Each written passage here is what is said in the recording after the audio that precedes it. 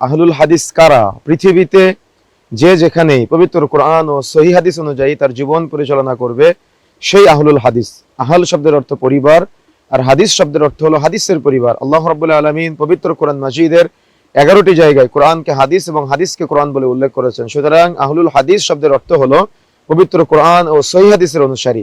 আপনি নিজেকে যে নামেই নামকরণ করুন না কেন, যদি আপনি পবিত্র কোরআন ও সহিহ হাদিস মেনে চলেন তাহলে আপনি অবশ্যই আহলুল হাদিস, আপনাকে নামকরণ করতে হবে না। সুতরাং ব্যক্তিগত জীবন, পারিবারিক জীবন, সামাজিক জীবন, রাজনৈতিক জীবন, ধর্মীয় জীবন, অর্থনৈতিক জীবন, প্রতিটি জীবনে আপনি পবিত্র কোরআন ও সহিহ সুন্নাহর ছায়াতলে এসে নিজেকে আহলুল হাদিস পরিচয় দিয়ে আপনি নিজেকে পবিত্র কোরআন ও সহিহ সুন্নাহর ছায়াতলে নিয়ে আসতে পারেন। যদি আপনি নিয়ে আসতে পারেন তাহলে আপনি অবশ্যই আহলুল হাদিস হয়ে যাবেন। আল্লাহ রাব্বুল আলামিন আমাদের সবাইকে আহলুল হাদিস হয়ে পবিত্র কোরআন ও সহিহ সুন্নাহর অনুসারী হয়ে আমাদের দুনিয়াবী জীবন পার করা তৌফিক দান করুন। আল্লাহুম্মা আমিন।